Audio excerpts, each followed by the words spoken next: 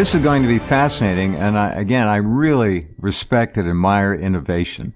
And when someone can perceive a need and create something brilliant to fill that need, that person should be really respected. And I have great respect for Patrick Heller, our guest tonight. Let me tell you a little bit about what he did. His background goes far beyond this particular product, which is called DataBunker. And if you look under his name, you'll click there and you'll go DataBunker1, the numeral 1.com. All right? For most of us in this digital age, the most important things, I think many people would say, are their digital possessions. Right? You want to secure those. You want to make sure that they're not going to be burned up in a fire, they're not going to be damaged if they drop to the ground, that they're not going to be damaged in so many other ways, including electromagnetic pulsed weapons.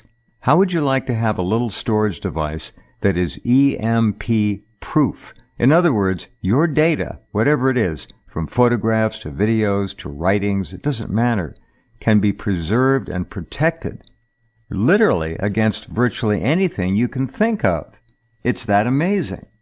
Now, this device, this data storage bunker called DataBunker, has been, now get this, the testing and the standards. It has survived the 55-pound sharp instrument penetration test. It's been shot out of a cannon 3 times, 3 different ways. It has survived the 25,000-pound crush test, 1,400 degrees Fahrenheit in a fire for an hour, 500 degrees for 10 hours, submerged in diesel fuel for 48 hours, 10 minutes under firefighter solutions, 48 hours in 15 meters of salt water, and even a nuclear EMP test. Now, how would you like your data in a storage device? And these are small. They're not like a thumb drive. You'll see it when you go to the site. How would you like that for your data protection? I think everybody would like that. So with that, let me welcome Patrick Heller to the program. Pat, welcome. Thank you for being here. Well, thank you for having me here. Yeah.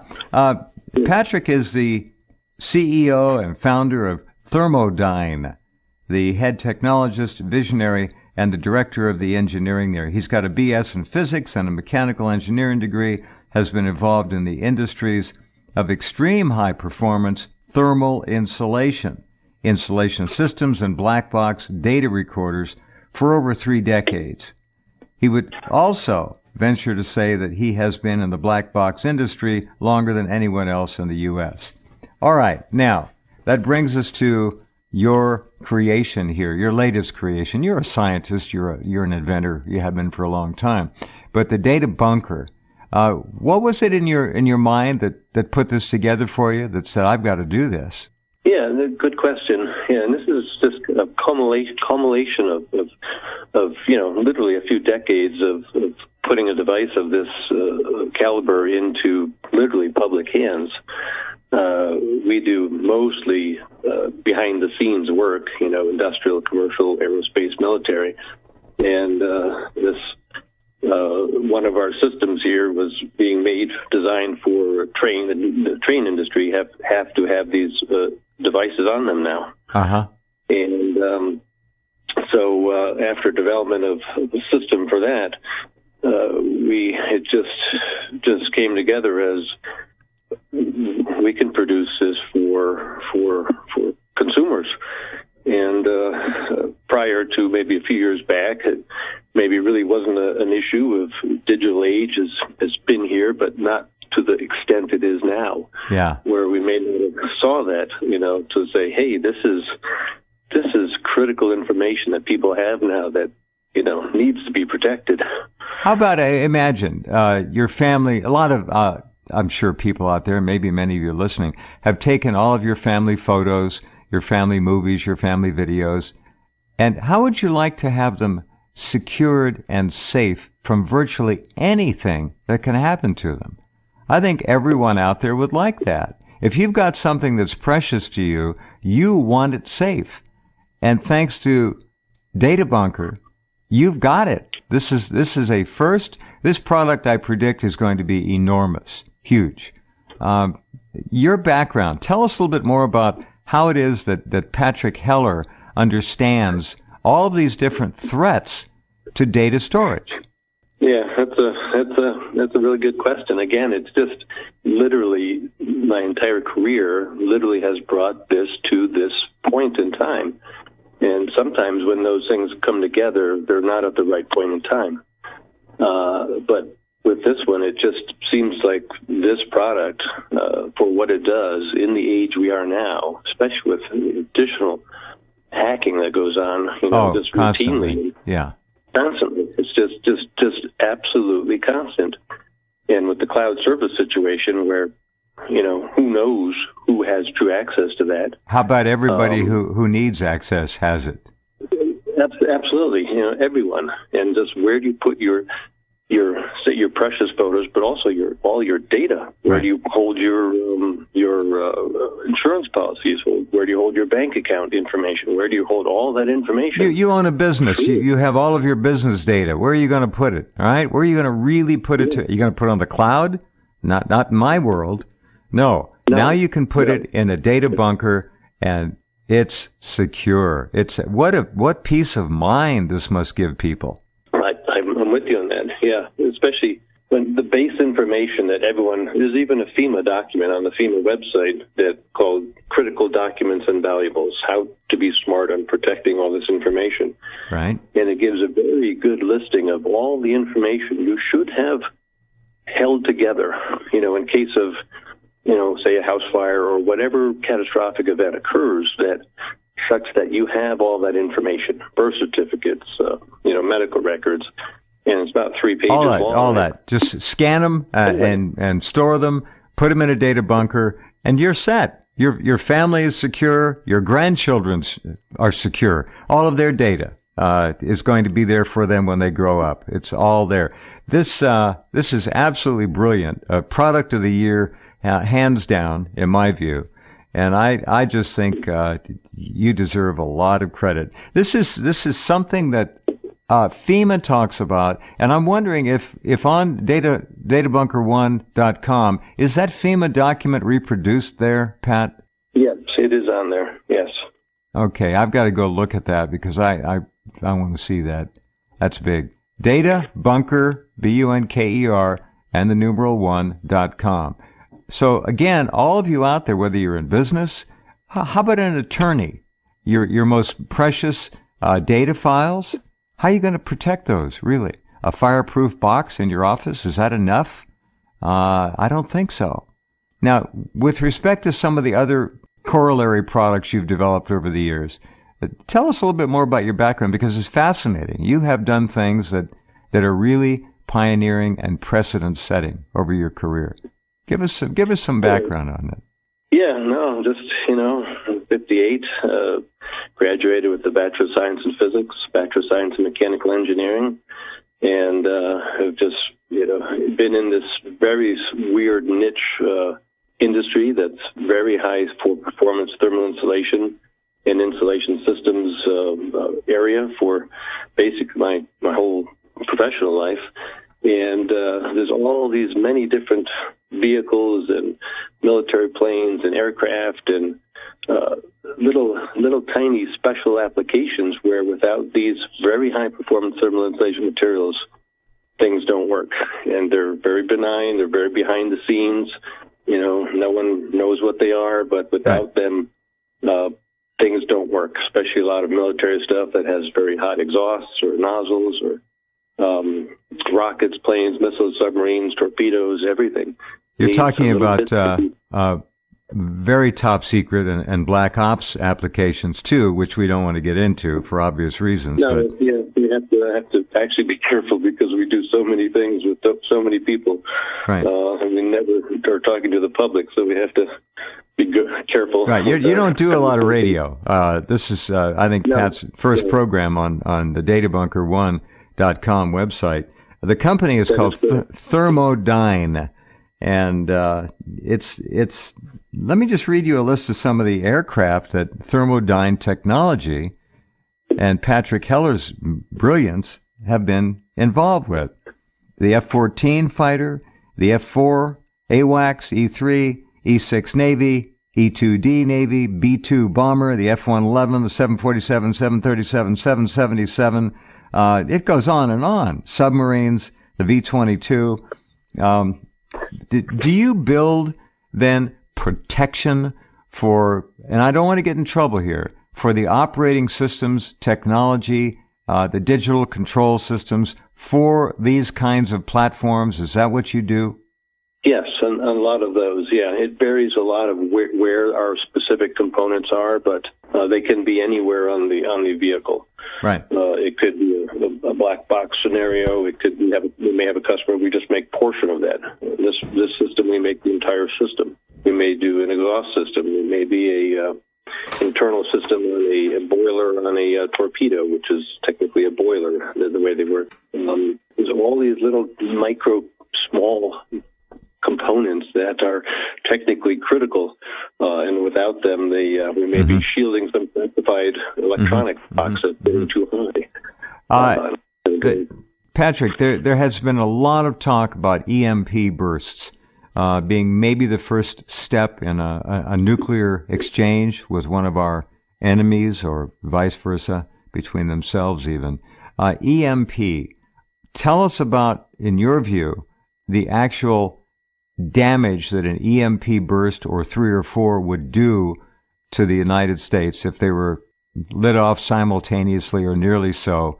You know, what is it, 50,000 feet? I don't know what the elevation is, but give us a little schooling on EMP and what kind of damage would be done to our whole lifestyle, our whole culture, the way this country works, everything, except those hardened devices that are in the military, essentially. What kind of damage would an EMP burst or 2 do to us? Yeah, that. From everything, it seems to be the case. That looks like that is a highly likely potential event, and it really would, because we have our infrastructures. Everything is electricity.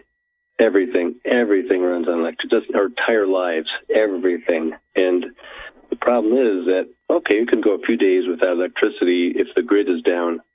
But once you go more than, I think, 7 days, just 7 days, everything runs out. Gasoline runs out, stores run out of food, trucks stop moving because you can't even pump the gas to them. Even just that basic functionality versus in detail that what you might lose for information or data and be truly corrupt and not available anymore. But just from that basic functions of living, all these delivery vehicles that just, propagate around the country daily, when all that stops because they can't pump gas, just that alone would be a huge issue for if it's more than 7 days. And if the whole grid goes down, it would be a notable event for the country. Well, that's an understatement if I've ever heard it. The idea of EMP as a first stage in a nuclear war is very interesting to me. It always has been. It prevents the need for thermonuclear devices, because what you're doing is you're taking an entire culture, an entire country, back essentially, not to the Stone Age, but certainly back to the pre-electrical age, pre-Tesla, pre-Edison.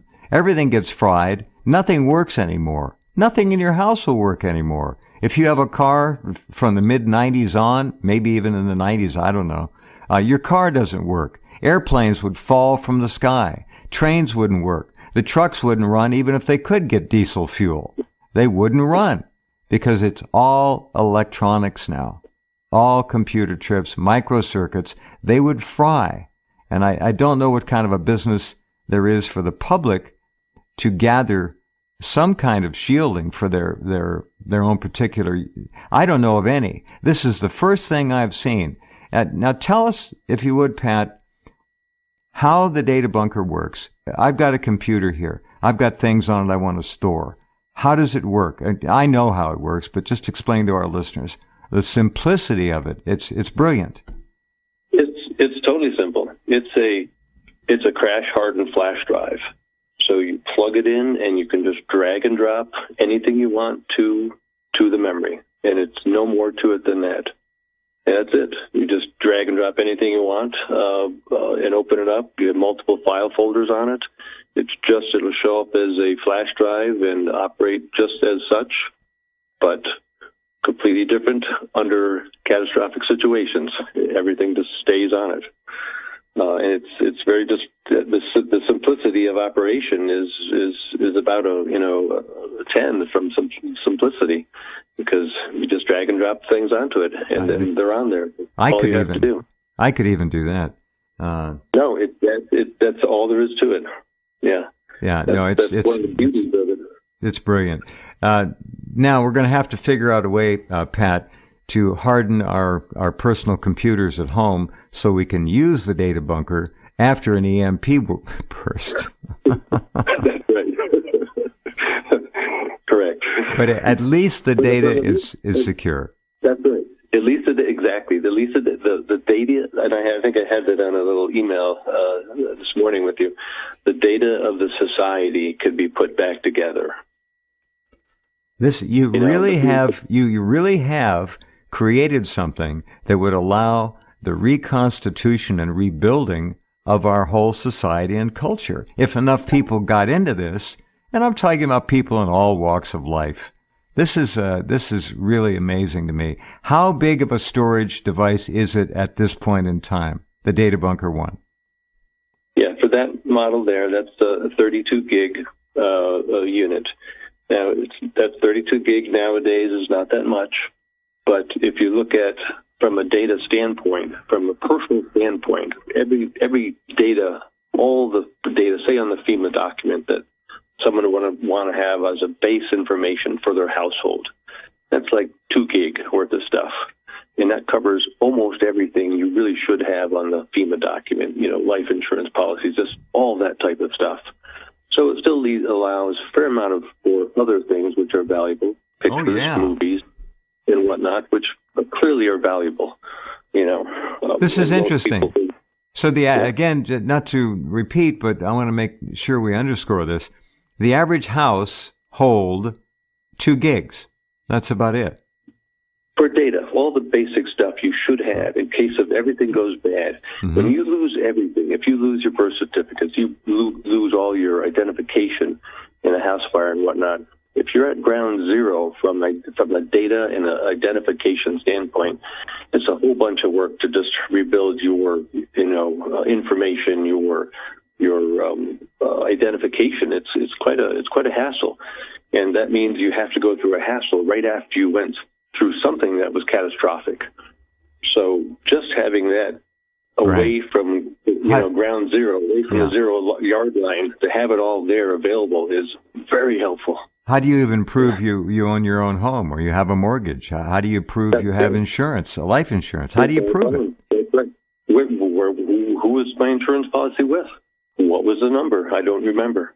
It's so valuable to have that base information secured in case of whatever the catastrophic event is, and fires are, obviously a very notable, simple catastrophic event that just typically will destroy everything you have. Listen to this. The data bunker survived 1,400 degrees Fahrenheit. It's phenomenal heat for an hour, and 500 degrees for over 10 hours. This is amazing.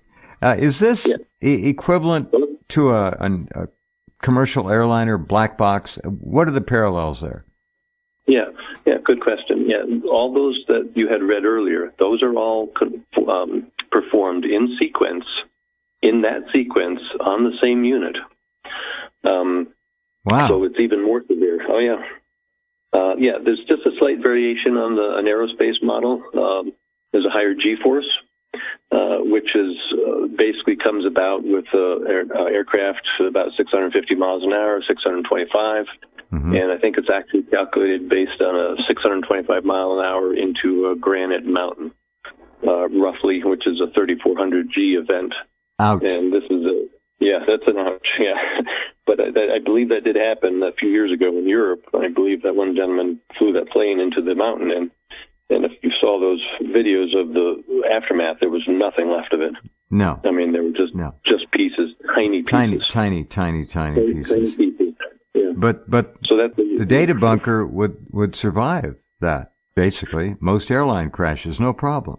Correct. That's correct. That was a very odd event. Normally, they're not seeing that. Normally, even though it's then the temperature is slightly different, but all the others are. Then it's deeper for the ocean, but comfortable. Actually, this unit on a standard crash, if you happen to be transporting it on you, it is TSA approved for carry-on. That if there was a crash, that chances are most probable that it would actually survive the crash. All right. We're sliding into a break here in a minute, but you just said something that's very important. TSA approved. If I were to fly, I don't fly, but if I were to fly and I had one of these in my suitcase, or if I were just carrying it, are we suggesting then that this is now something that they have knowledge of at TSA? Yes. Yeah. They routinely will just swab it, and they'll send you off to the swabbing table and verify with the swab there's no explosives on it or anything like that. But then that's the procedure, and you move along. Big plus. Oh, yeah. All right. Yeah. Talking with Patrick Heller of the Thermodyne Corporation, brilliant scientific applications for military, public, all kinds of things, big business, industry. Back with more in just a few minutes. DataBunker1.com. DataBunker1.com is the site. Take a look, and we'll be back.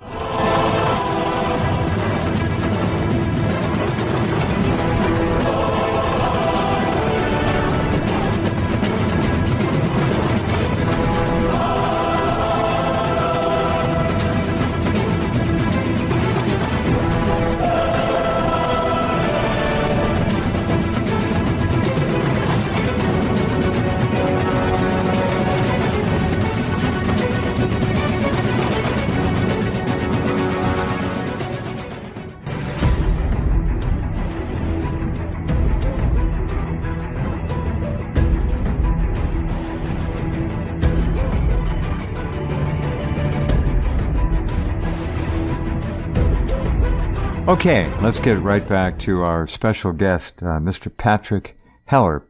Pat is the CEO and founder of Thermodyne. He's the head technologist there. He's truly a visionary and has come up with, in addition to all the other things that he does as a professional, serving the government, the country, industry, and all that, which I think brings us to this. I think this is the consumer product of the year, without question. It is, in my view. Every single person who has data that they care about should think about getting one of these. Your own secure black box. Why put it up on the cloud? You all know there's no security up there. We know that. There's nowhere to hide anything. But if you have it in your own black box, in your own data bunker, no one's going to hack it. It's not connected to the net. You just plug it into your computer, and you drag and drop everything you want in there. There's enough storage space on this wonderful little device, 28 gigs, allows for over 16,000 high-definition photographs, for example. Just think about that. The average household would need about 2 gigs for documentation. And you've heard Pat talk about the FEMA document.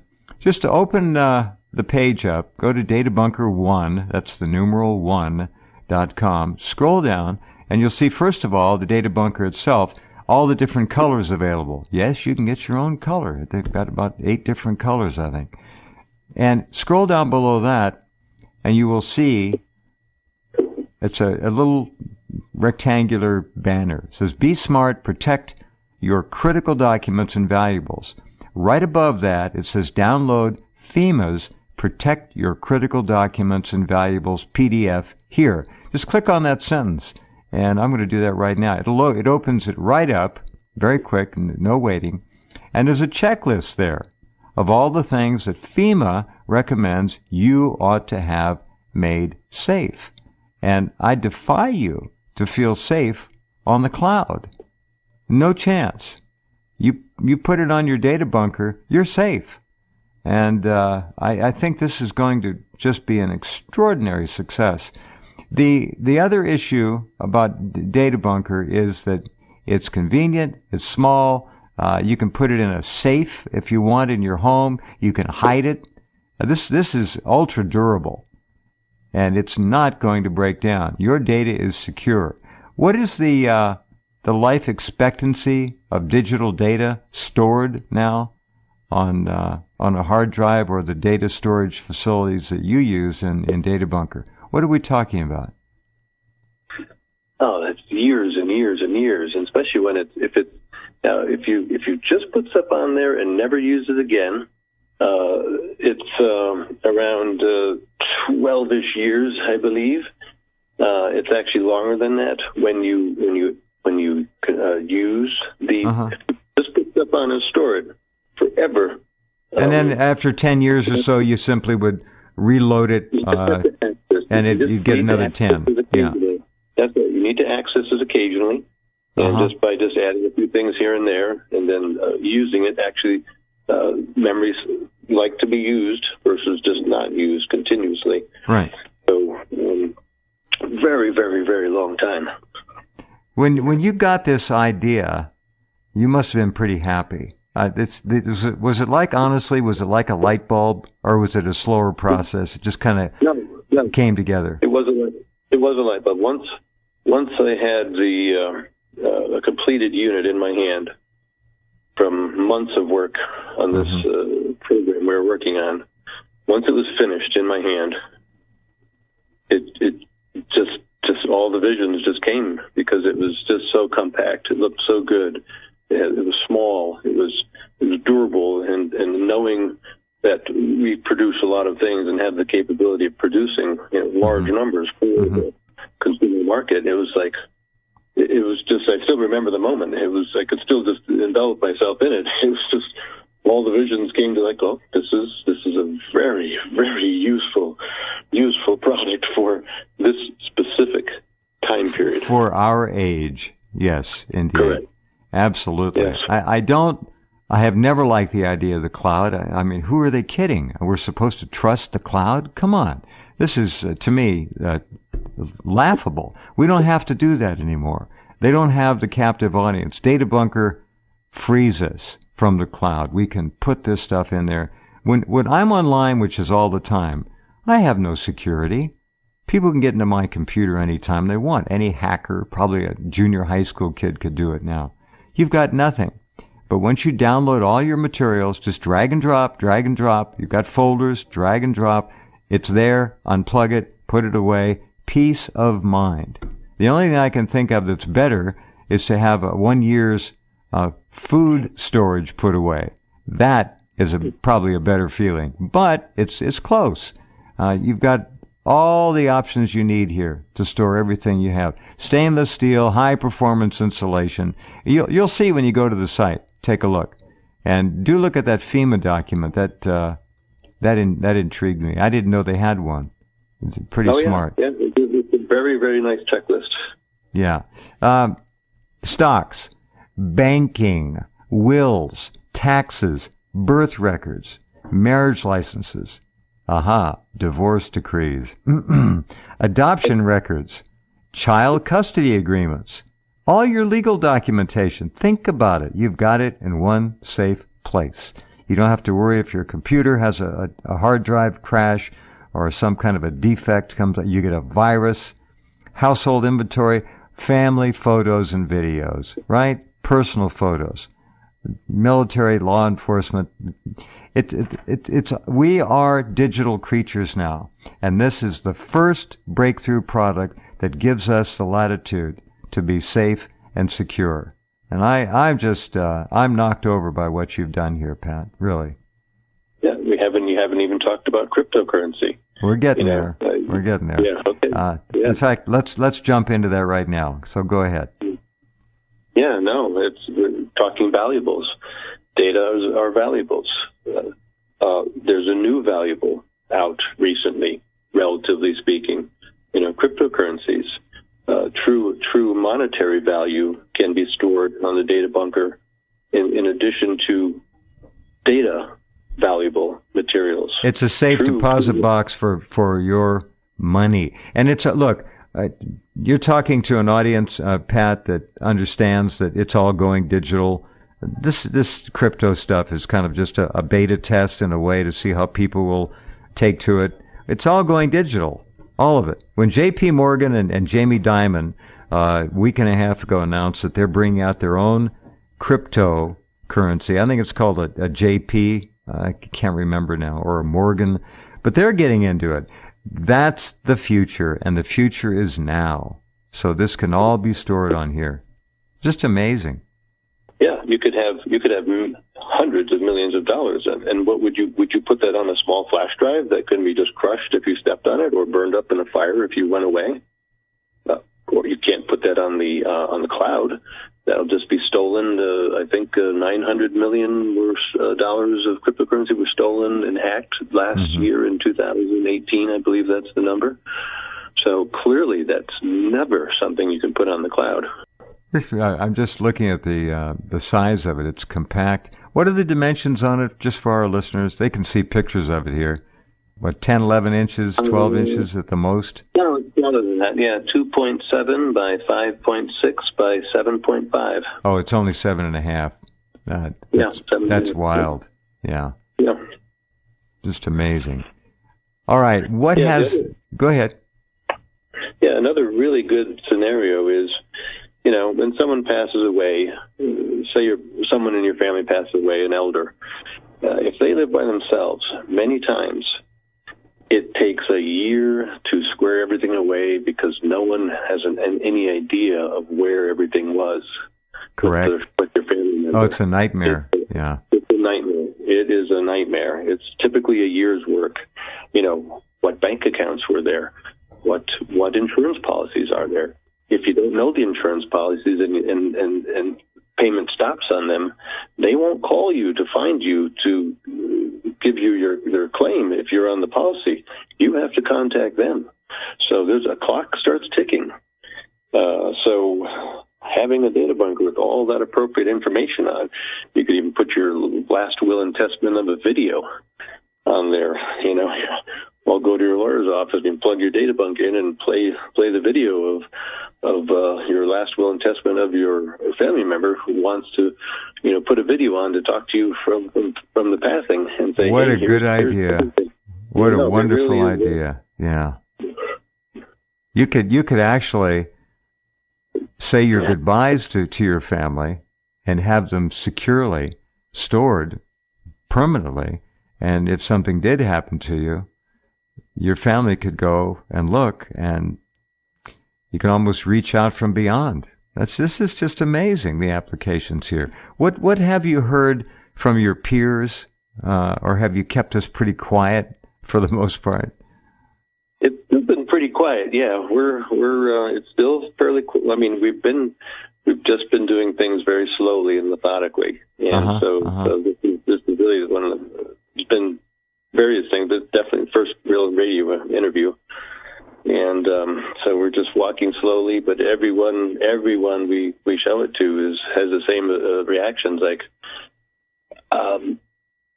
yeah, I need one of those. So we're trying to walk slowly here. Right. Yeah. I want it now. That's happening. Again, no one can hack this. You've loaded up with your data. You put it away. It's safe. You're done. You don't have to worry. You actually don't have to keep things on your computer after that point either. You could store it in your data bunker and then keep your computer relatively downsized in terms of your personal, most secure digital possessions. That's good too. What are some of the other applications? Anything else that is in the periphery here? Yeah, a lot of legal applications for the data bunker, a lot of legal stuff, stacking away files, a lot of law enforcement scenarios where district attorneys will hold a specific case on a data bunker. So that is the master case. Oh, yes. Oh, yeah. Oh, Yeah. yes, yes. Not just a hard drive on some server somewhere or connected Correct. to a server. Oh, Correct. brilliant. Yeah. Within the law enforcement, say there's a child pornography case. No one in the facility wants to store that on there. There's some protocols for that, and so they can cordon this off and put it on DataBunker as evidence and hold it secure without having it to be on somebody's computer. So you can have a much more of a chain of custody, very specifically. So we've been working on those applications. Think about that, all of you out there in law enforcement. Perhaps some of you are certainly attorneys. We have a lot of attorneys listening. This is a must. Wow, several of them probably for your entire firm's database. This is good. It's very nice. Cordon off you can cordon off very specific data. Yeah. This is locked away, not accessible.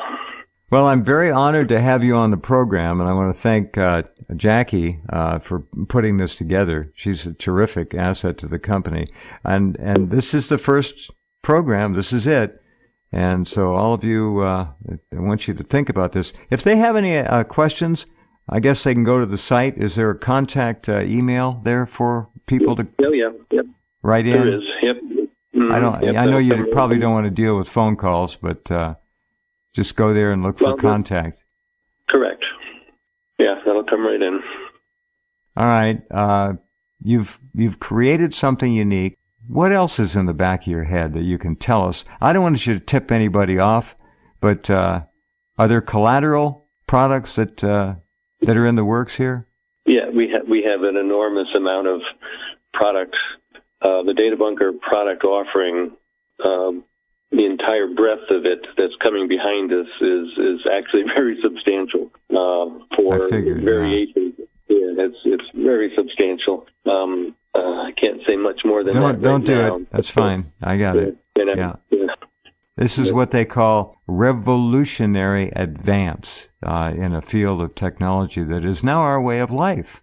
And it's only going to become more so. I really am impressed with the idea that cryptocurrency can be kept on here. It's like a safe deposit box for valuables. Correct. As you said, besides our normal digital life, now monetary digital life is being added to our digital data and digital image life, which is, you can see the changes within the last 2 years has been marked changes within the crypto industry, so to speak, call it the industry. And all of a sudden, within 7, 8 months, and all the major houses and whatnot, all of a sudden are announcing that they have plans to do something with it. Yes, they have. Again, if you joined us late, you just put it on the desk. There's a USB port on the end of it. If you just plug in from your computer, you'll see on the DataBunker files and just drag and drop. That's it. A child could do it. I could even do it. So there you go. Password protected. How does it work? Yeah, currently, as it is right there, it's a flash drive. You can load any software on it you wanted to do encryption. We have our own software that's just being finalized for now. It's a very nice encryption software.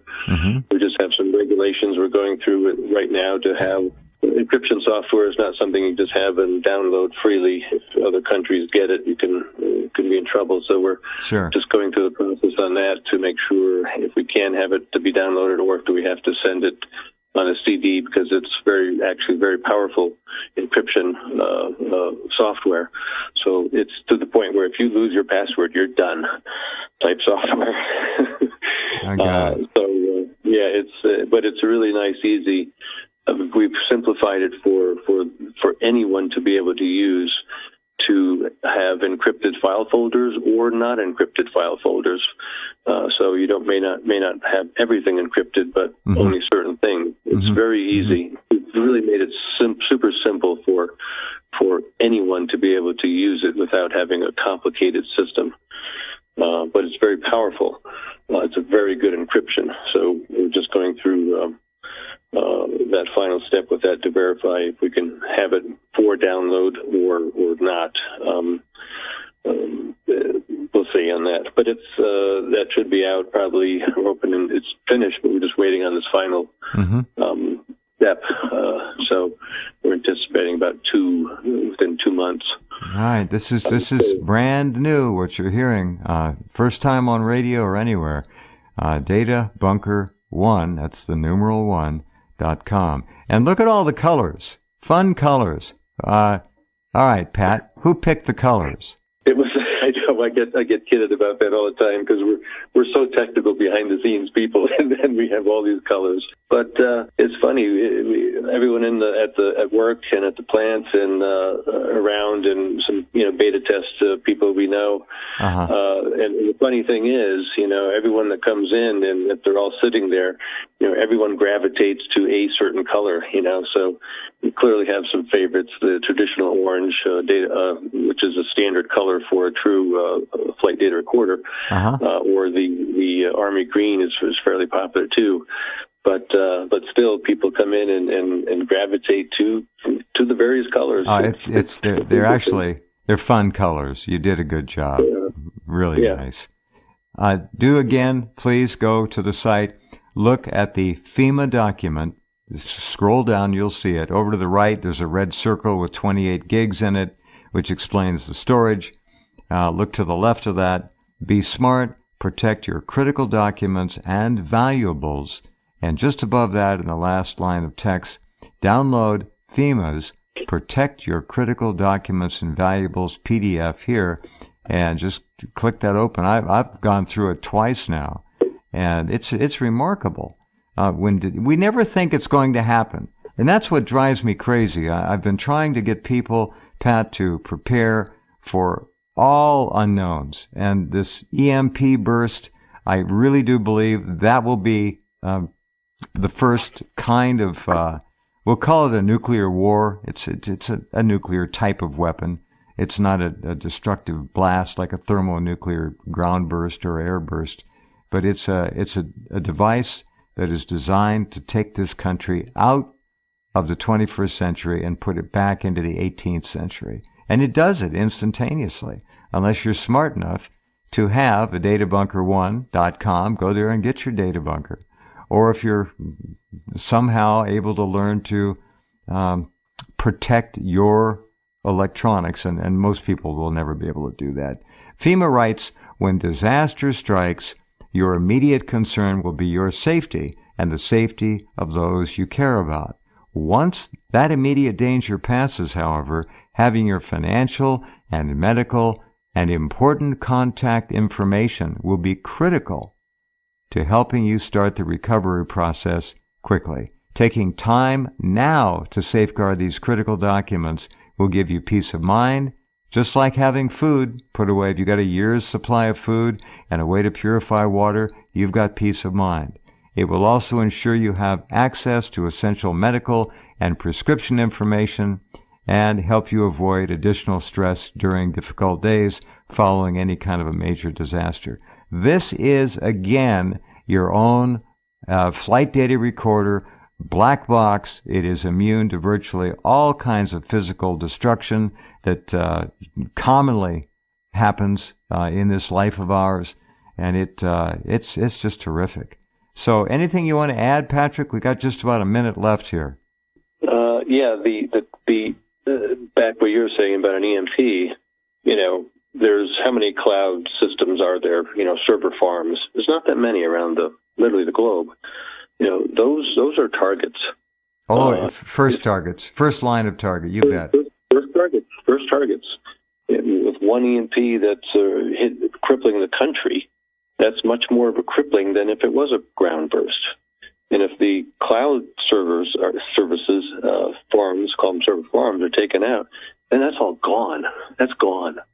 No, there's no recovery of that. No. The other thing that bothers me, and I've mentioned this, forgive me for mentioning it again to all of you listening, Department of Homeland Security, I guess it's been about 2 months now, warned all Americans to be ready to be without electricity for 6 months.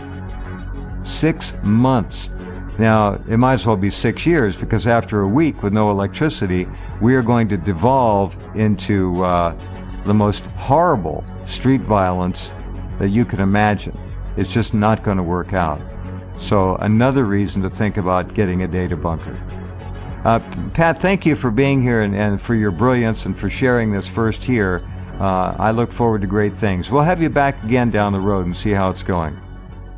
Yeah, thank you very much for having me. My pleasure. Be well. Take care. Okay, Patrick Heller and DataBunker1.com. This is Product of the Year. Easy. Back in a minute.